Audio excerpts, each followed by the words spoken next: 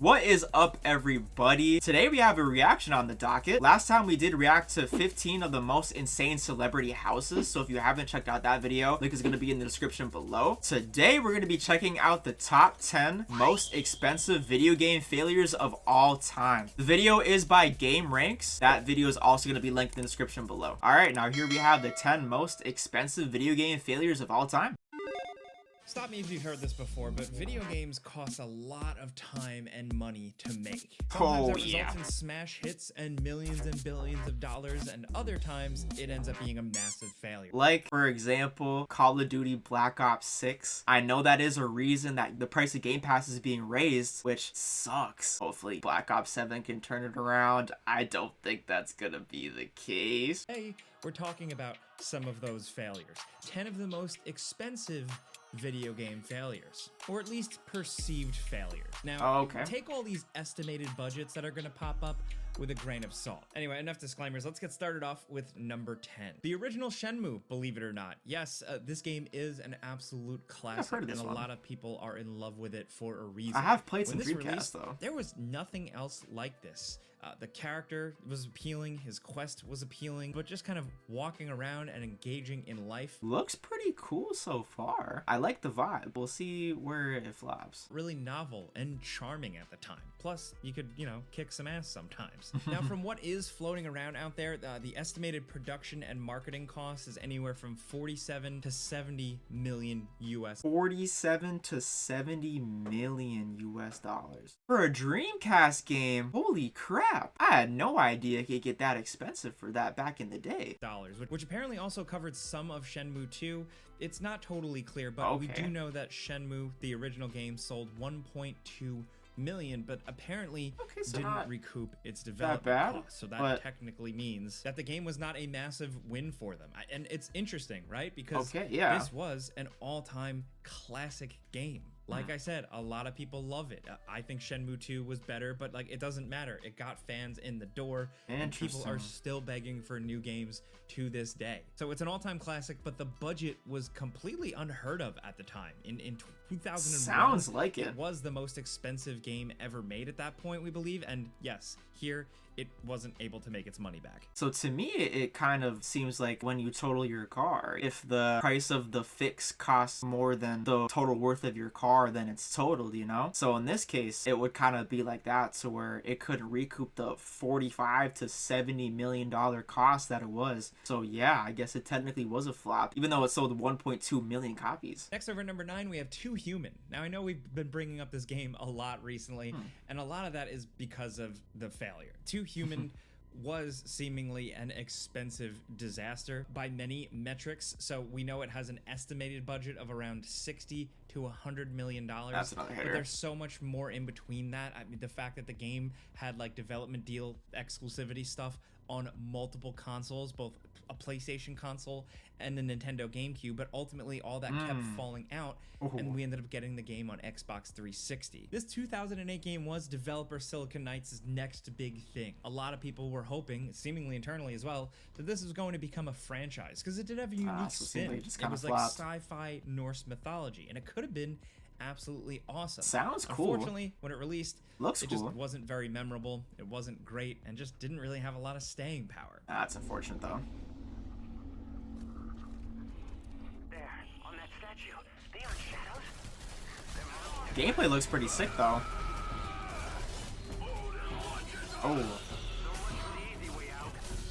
But technically, it's important to note that the creation of this game spanned from 1999 to 2008. Holy, that's a long time. Just sounds massively expensive. Along with that, a few years later, a whole court case cropped up where Silicon Knights tried to sue Epic for failure to deliver on what the Epic Games Unreal Engine at the time could really do. It Interesting. in obviously massive court fees and the cost of paying lawyers and all that, and resulted in Silicon Knights' downfall.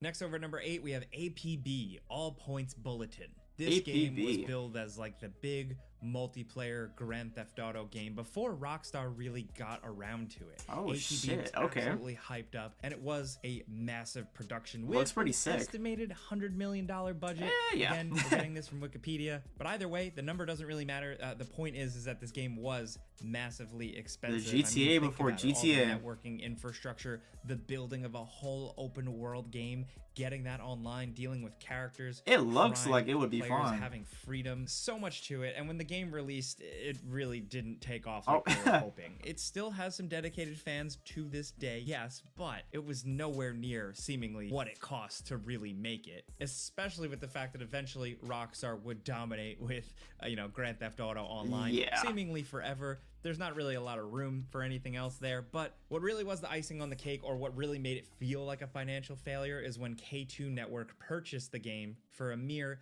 £1.5 million in 2010. Okay. So even though the game did manage to live on in some ways here and there, that did feel like a massive L from the very lofty goals this game originally set out with. Next, over at number 7, we have something from THQ. Now, THQ was one of the heavyweight game publishers, developers. Yeah, I remember them from the Game Boy. Okay, let's see where THQ went wrong.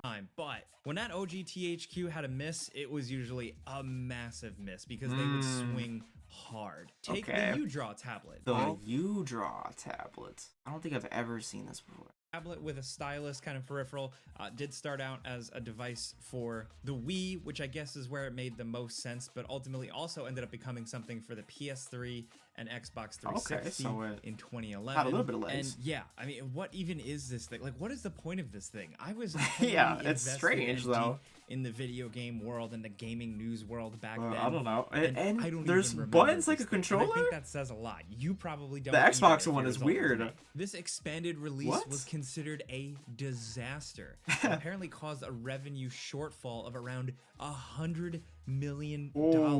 They admitted it. The CFO admitted it on a financial earnings call, and he said that they had they admitted that shit. Million unsold units that were just like sitting in a factory somewhere, sitting in a warehouse. Man. Nobody wanted this thing, ending up with a massive like $100 million L. This is insane. Yeah, I didn't even know and this apparently, was a according thing. to Eurogamer, the former company president actually blames this U-Draw thing as one of the massive mistakes which eventually did lead to THQ's demise. Obviously, THQ ended up kind of being packaged up, bought, and rebranded into a different thing now in modern gaming history, but the old THQ, as we knew it, fell flat on its face at one point, and I bet one of those trips to lead to that fall was definitely the it might have been with 1.4 million units unsold. Know what this thing is. It's so stupid. Look at it. Yeah, that was very interesting. Next, over at number 6, we have the more recent Immortals of Avium. This one sucks because it's something I absolutely love. I don't think I've heard this one either. It's not a remake, it's not a sequel, it's its own completely new adventure. It's an original new IP. World, new characters, and it is a single player,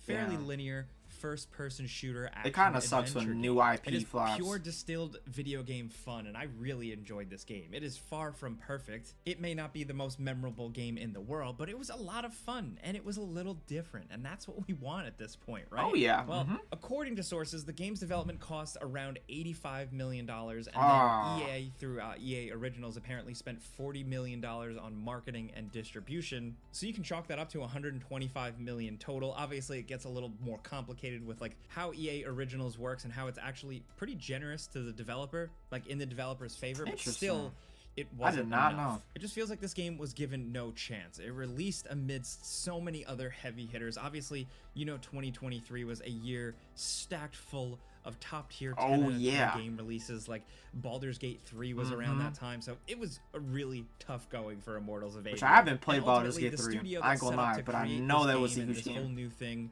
ended up shutting down after this. After poor sales, it laid off about 45% of the staff, and then in April 2024, the rest of the staff was placed on furlough. So it's unfortunate because they really tried with this one. Sometimes it just doesn't work out, and sometimes when it doesn't work out, it can be kind of expensive. Yeah, it does kind of suck when original IP fails, you know. These days with like movies, you know, all you kind of see now is just sequel after sequel. It sucks to see a original idea fail so soon. Next over at number 5, we're switching gears here for a sec with Final Fantasy: The Spirits Within. This is not a mainline Final Fantasy game. This is actually a feature film, a computer animated full-length film from 2001 that I'm gonna totally admit I absolutely loved. It had heavy hitter stars like Steve Buscemi and Alec Baldwin in it, and it was absolutely crazy. Is it goofy? Is it very early 2000s? Yes. Does it really carry a lot of the philosophies of the Final Fantasy games? No, not really. But it sure was something. I don't know. Maybe it's never nostalgia, heard of this before. But according to sources, it was $137 million to make, which is equivalent to $214 million but it's like in a today's movie? money, and apparently only grossed